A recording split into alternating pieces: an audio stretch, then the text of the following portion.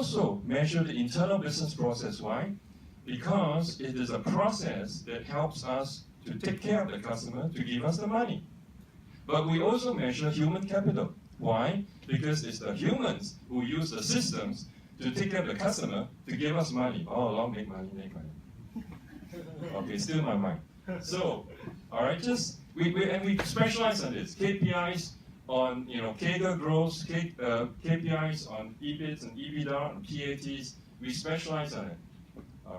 Monthly financial flash, concept reports, yearly reports, daily reports, every day, 5 p.m.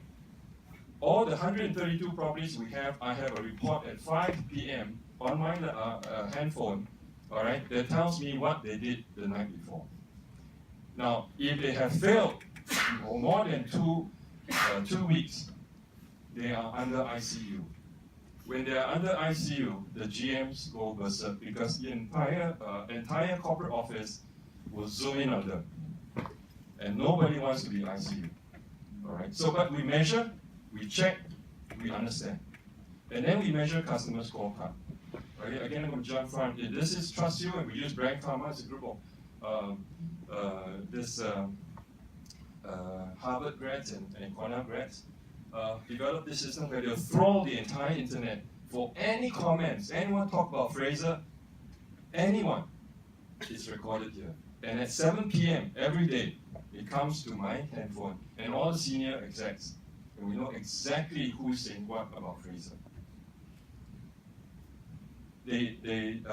Anyone and any comments, and sometimes of course it's French or German, we don't understand, but those that are real English we do, and a bit of Chinese.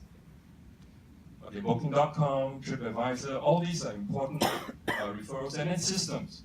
We pay a lot of attention on systems, from the back end, the customer relations management, to eGenesis, to HMS, to Synexis Booking, Global Distribution System, Galileo, Sabre, Jaguar Vision, the whole works is all linked. Systems is very important because you need systems to take care of the customer to give us money. Okay. So systems for guest experience, it's all laid out. That's what you need to do. System planning, systematic. Systems for corporate requirements, all laid out. Very important. Right? We cannot underestimate it. And then measuring of human capital. Every year we have people putting people in Rocket training. Rocket is our core values. All right, when we pre-open, we send a lot of teams out there to do Voices of Fraser every year. Every year we conduct a survey. All right, there are 3,000 staff all over the world. We ask them, how are you? And I tell you, they tell us a lot of things. All right, turnover rate also we measure. Fraser there, explain later. Okay, so human capital is one of our secret weapons. Without them, our company fails.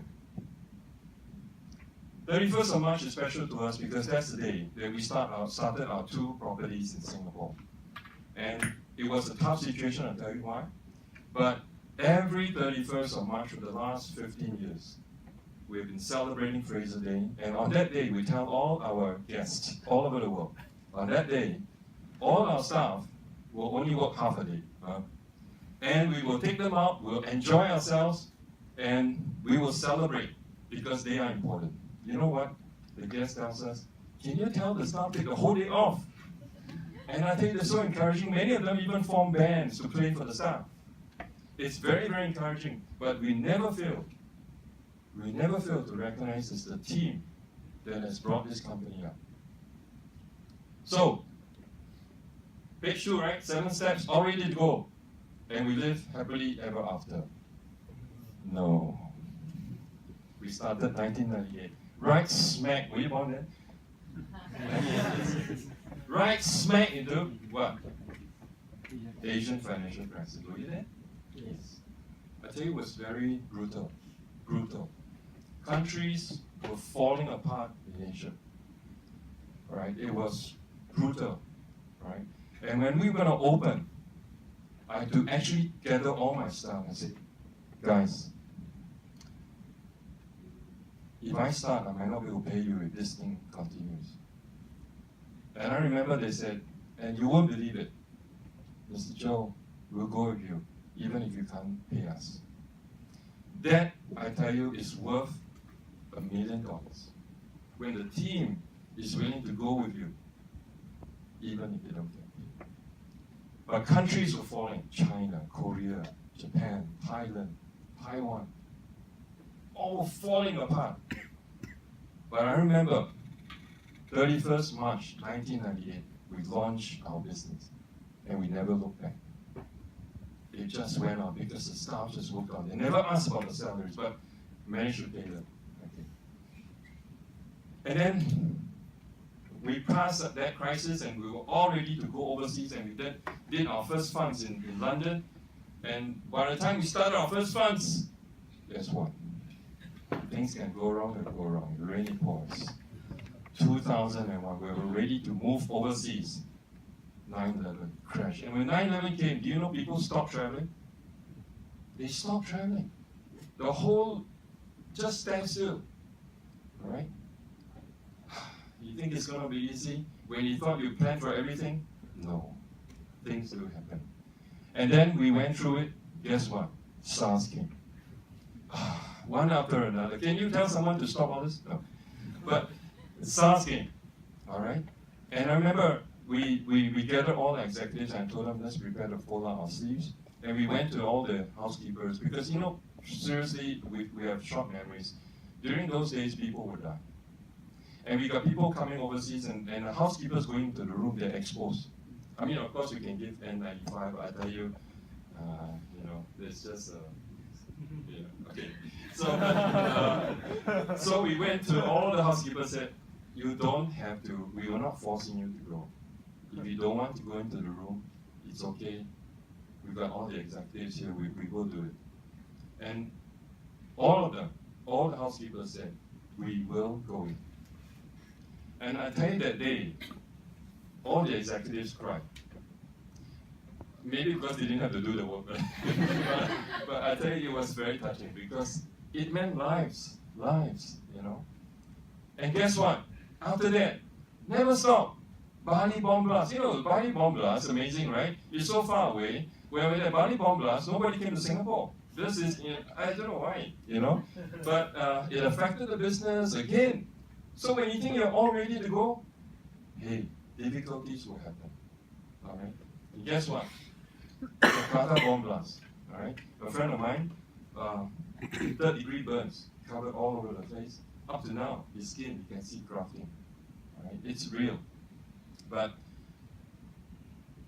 I think when we do business, like what Dave said, if we have some courage, some bonus, let's do it.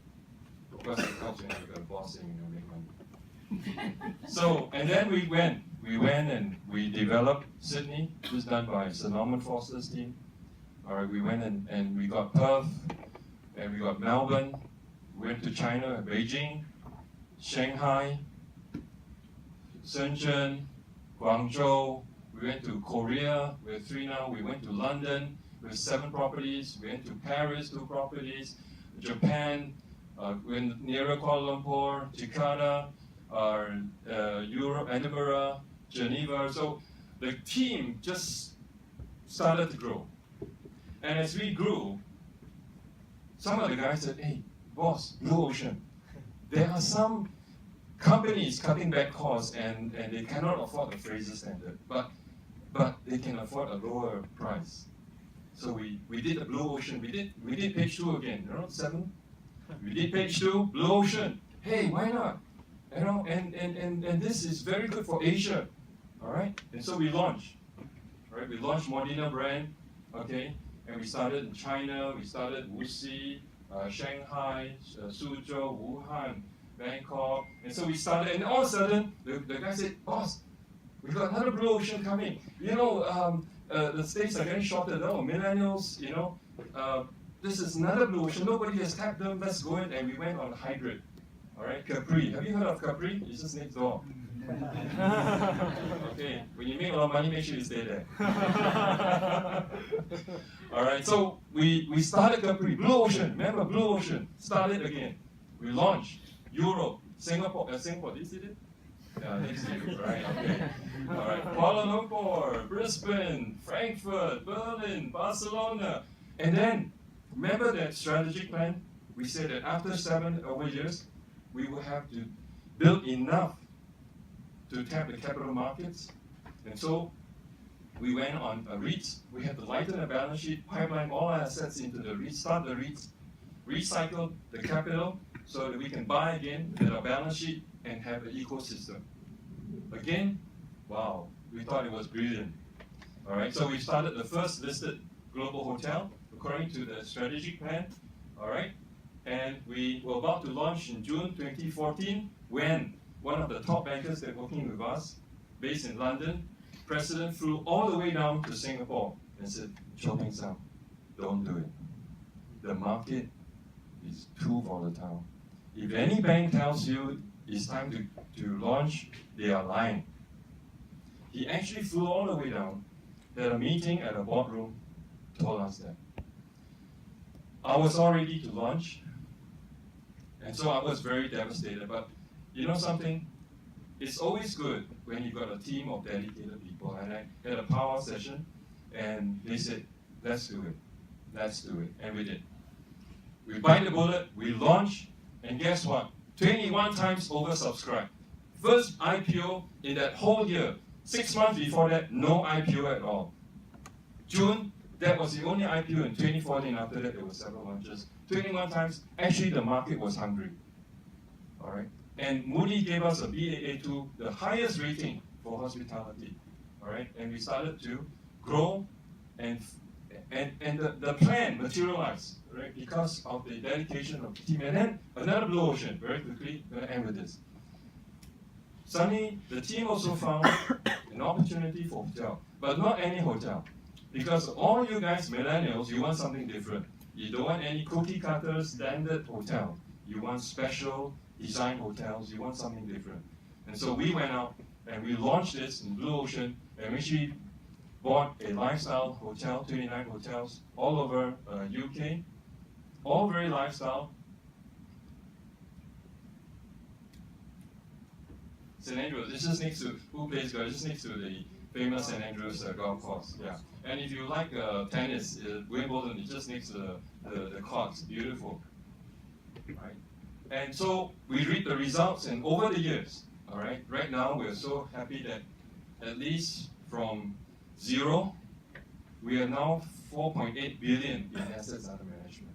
And I'm very thankful to the team that has brought us through. I'm very thankful to God that I believe in as well, to help us, help me, all right? And we're seeing the results of it, all right?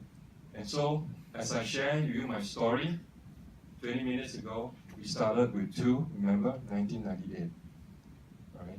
And I'm very happy now to see the growth of Fraser and how the team has helped to grow it. Thank you very much.